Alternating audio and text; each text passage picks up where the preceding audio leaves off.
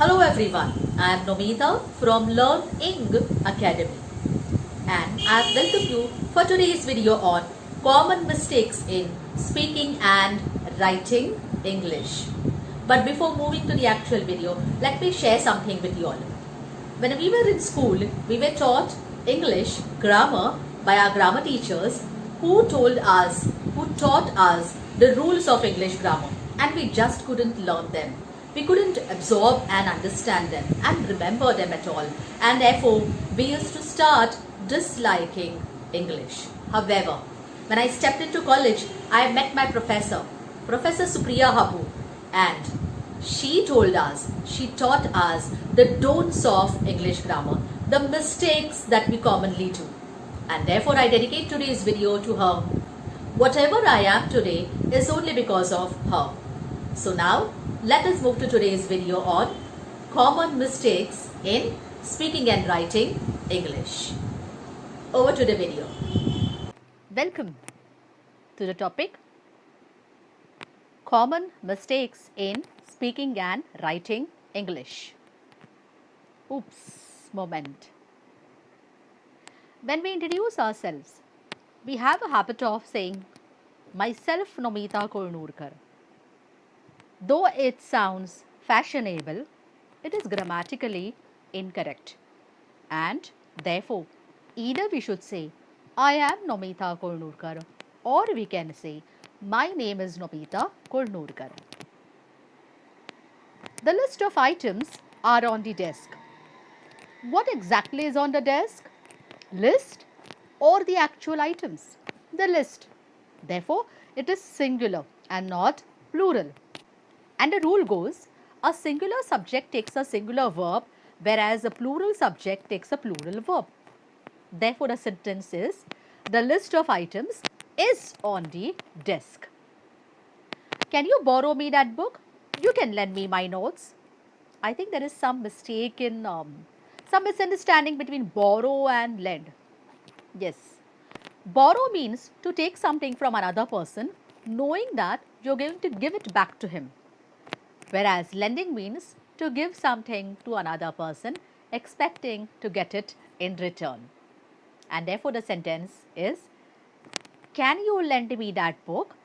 You can borrow me my notes. One rainy day, I saw Nomita at the library. I don't think there is any grammatical mistake over here. However, rightly pointed, I. The pronoun I, the word I, is always capitalized. We need to remember this. Wherever it falls in the entire sentence. And therefore, we should write like this. One rainy day, I in capitals saw Nomita at the library. He do not have a mobile. He. Third person singular. The rule says the third person singular subject always uses does. So, he does, she does, they do. That is third person plural. Over here the sentence therefore goes, he does not have a mobile. Today office is there? Don't you think we have heard this particular sentence? Yes. It is a perfect example of literal translation. There are many examples of literal translation that I have given in my previous video. Haven't watched it? Don't worry. I'll put on the link over here in the I box. And the correct way of asking is either, is today a working day, or are we working today? He did not wrote the test last week. Did, wrote. There are two verbs, auxiliary and the main verb, and both are in the past tense. There lies the mistake. When the auxiliary verb is in past tense, the main verb will be in its base form. So, write will come. And therefore, the sentence, he did not write the test last week.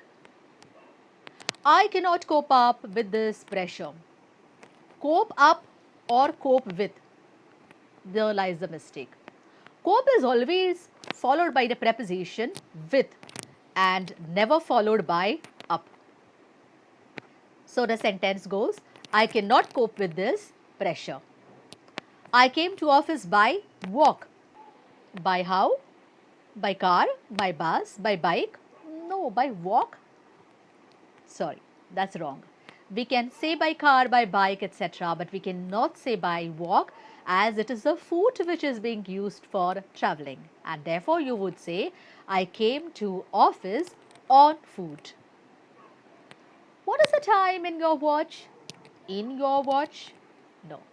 A watch doesn't contain time. A watch tells time. Time is an abstract concept. Therefore, the way of asking would be, what is the time by your watch? Her daughter-in-laws have gone out. Daughter-in-laws, son-in-laws, mother-in-laws, father-in-laws. So wrong. Daughters are plural, mothers are plural, sons are plural, fathers are plural. Law isn't. And so, her daughters-in-law have gone out. This is the correct way. She has white hairs. Don't you think this is the perfect example of literal translation? Safed bal, pandre kes. True. Literal translation. In fact, we say she has grey hair. And we don't even say hairs. Hair itself is what plural is. He always is late. Always is, I think the word order seems incorrect. It needs to be changed. He is always late. I prefer coffee than tea. When you use the word prefer for comparison, you should not use than, but you should use the preposition to. So the sentence goes, I prefer coffee to tea. I have a good news for you. Oh, really? Oh, good news. News is always plural, so it never takes a singular indefinite article. I have good news for you is the correct way. The accident caused a lot of damages to the car. Damages, plural again, no. Damage is considered an uncountable noun and is always singular. The accident caused a lot of damage to the car. My apartment is 10 miles far from here. When you quote the exact distance, you never use the word far. Instead, you use the word away or neither. So, either you say, my apartment is 10 miles away from here, or you say, my apartment is 10 miles from here. First come, first serve. Serve or first to be served? Yes. It means the first to come will be the first to be served. Therefore, it would be first come, first served. My sister is 3 years elder than me. Oh, either you say older than or you say elder to. Therefore, my sister is 3 years older than me, or you say my sister is 3 years elder to me. I'll explain the problem to you. Over here, we have two objects. Yes. The indirect object is the problem and the direct object is you. So, it is more common to put the direct object first. And therefore, the sentence goes, I'll explain you the problem. I'm doing good in English. Oh, really? Good is an adjective and over here we require an adverb. So you would say I'm doing well in English. Moreover, good means doing good deeds and doing well means reaching personal goal or being successful. Therefore, you will say I'm doing well in English. Quite well. Every girl must bring their own lunch. Every. So that means each and every. So each and every means one particular person, one particular girl.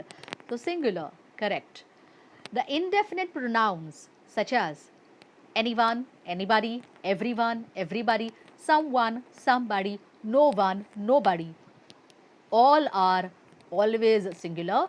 Therefore, the answer will be every girl must bring her own lunch. I don't know if it was lost or stolen. Anyways, it's gone. Anyways, Anyways is a non-standard, colloquial and an informal word. Colloquial language, day-to-day language we use it. The formal way would be, I don't know if it was lost or stolen. Anyway, it's gone. I fear Anil will revert back to his smoking habits. Oh, revert and back both mean the same. So, the answer will be I fear Anil will revert to his smoking habits. I couldn't able to sleep last night. Either couldn't or able to. Both can't be used. So either you say I couldn't sleep last night or you say I wasn't able to sleep last night. You have made a blunder mistake. Again, blunder and mistake together both mean the same. So either or. You have made a blunder or you have made a mistake. I have quite often heard students saying, I'm giving that exam. Actually, you don't give an exam, you take the exam. And therefore, the answer is I am taking that exam. What is it called as? Do we require as? No need. You simply say, what is it called? I went to her marriage. Marriage or wedding? Let's try to understand the difference. A wedding is a marriage ceremony. Therefore, we say a wedding dress, a wedding ring. But a marriage speaks about the relationship between the husband and wife, the state of being married. And so, the answer is I went for her wedding. I saw a dream last night. Do watch my video on literal translation. This the previous one. I'll give the link in the description box also so that you don't do such mistakes. Again, another example of literal translation, because in Hindi or Marathi you often say swapna pahila, sapna dekha, but in English we say I had a dream last night. Remember all these rules. And now coming to the take home message. But for today's video, there is no take home message. Yes, because this is just part 1 of the video. Part 2 will be released the next week. Till then, stay tuned. Yes, that's it from my side. Thank you, bye, and namaste. Hello. No take home message, but stay home.